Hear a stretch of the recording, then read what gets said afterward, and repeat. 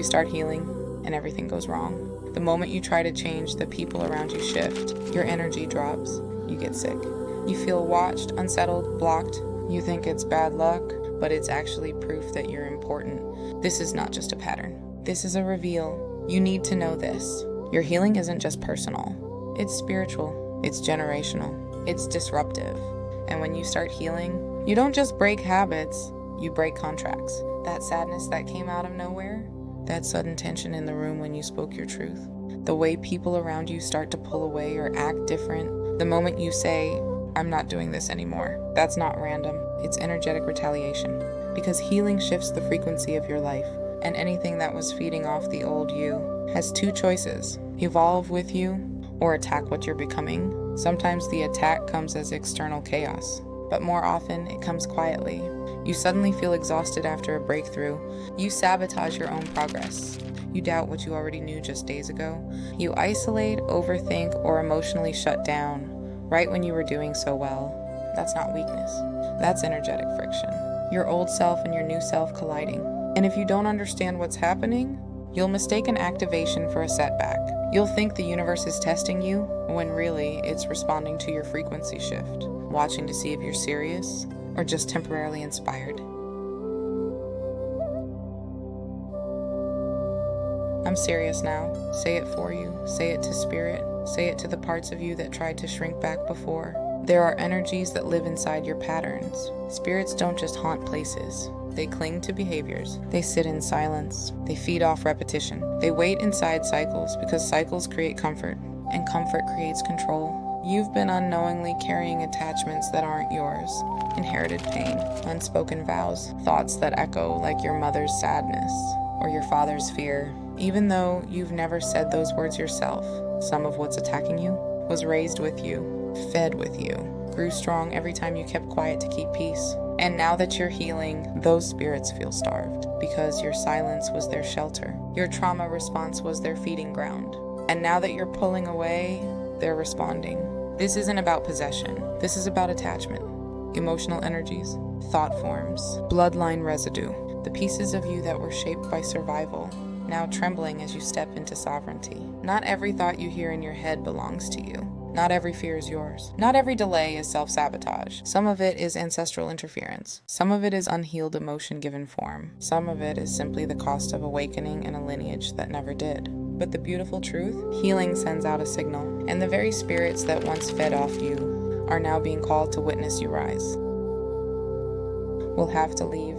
Some of them will resist, but none of them can override your will. If this is resonating, pause and breathe into this comment. I release what no longer feeds my future. You don't have to know what it is yet. Just let the message reach who it's meant to reach. Here's the part no one teaches you. Your body doesn't know the difference between healing and danger until you train it. Most of what you call self-sabotage is really just your nervous system trying to protect you from the unknown. You've lived in dysfunction so long that peace feels like a threat. Slowing down feels like punishment. Being loved feels suspicious. Being alone feels like abandonment, even when it's sacred. So when you start healing, your body doesn't say, good job. It says, what is this? Where is the danger? Are we safe doing this? And if you don't recognize that voice for what it is, you'll interpret the fear as a sign to stop. That's the ego loop. You start moving forward. Your body gets anxious. Your mind floods with doubt. You interpret that resistance as a sign, and you collapse. But it wasn't intuition. It was your inner alarm system reacting to a new vibration. And that's the moment that matters most. That exact moment where the healing feels hard, where you're second guessing everything, where nothing makes sense. That's when the ego wants control. That's when the body wants familiar. That's when the old self reaches for a distraction just to avoid becoming irrelevant. But you're not your ego, and fear isn't your final voice. You are training your body to stop seeing peace as a threat. You are training your mind to stop associating stillness with punishment. And it will take time. But every time you don't run, every time you sit with the discomfort instead of escaping it, you rewrite the code.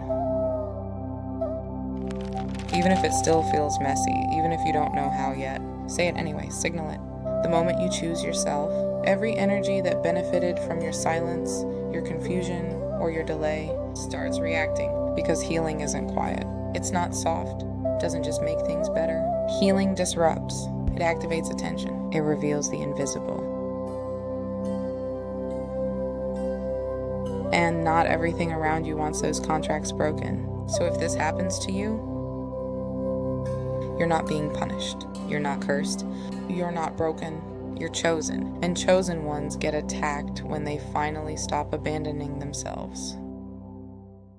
In this channel, you didn't land here by mistake. This space is for the ones who were meant to wake up, who feel the shift, who carry the knowing, and who are finally ready to stop mistaking spiritual warfare for personal failure. Because what's attacking you knows exactly who you are. No one warns you about this part of healing. Your old self will fight to survive, not because it hates you, but because it protected you. And it doesn't realize you've outgrown what it was built to defend. The version of you that shrank to stay safe, that mastered silence to avoid rejection. Because when you start rising, the version of you that was born in survival begins to feel like she's dying, so she will resist. You'll start craving what hurt you. You'll feel tempted to run back to familiar pain. You'll hear thoughts like, was I better off before? You'll convince yourself this healing thing might not be working after all, but that's not truth. That's withdrawal from an identity that no longer fits. This part is sacred, because letting go of your old self is an act of love, not rejection.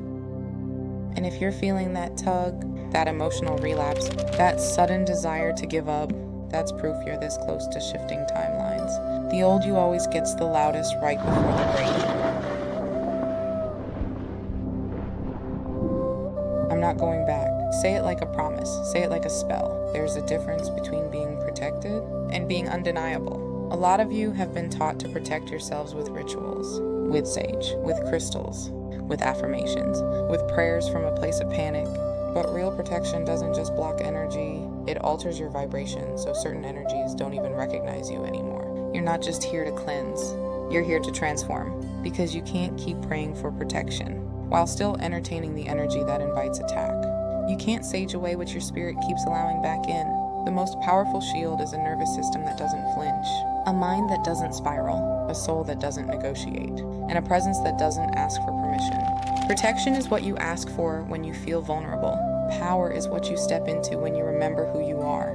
So yes, use your rituals, anoint your space, call in your guides, but also say no without explaining, let go without guilt, leave the group chat, trust your body, stop returning to what drains you, because sometimes your healing gets attacked, not because you're weak, but because you're finally becoming too powerful to control. And that's when the energy around you tries to test if you really mean it this time. So let this be your upgrade.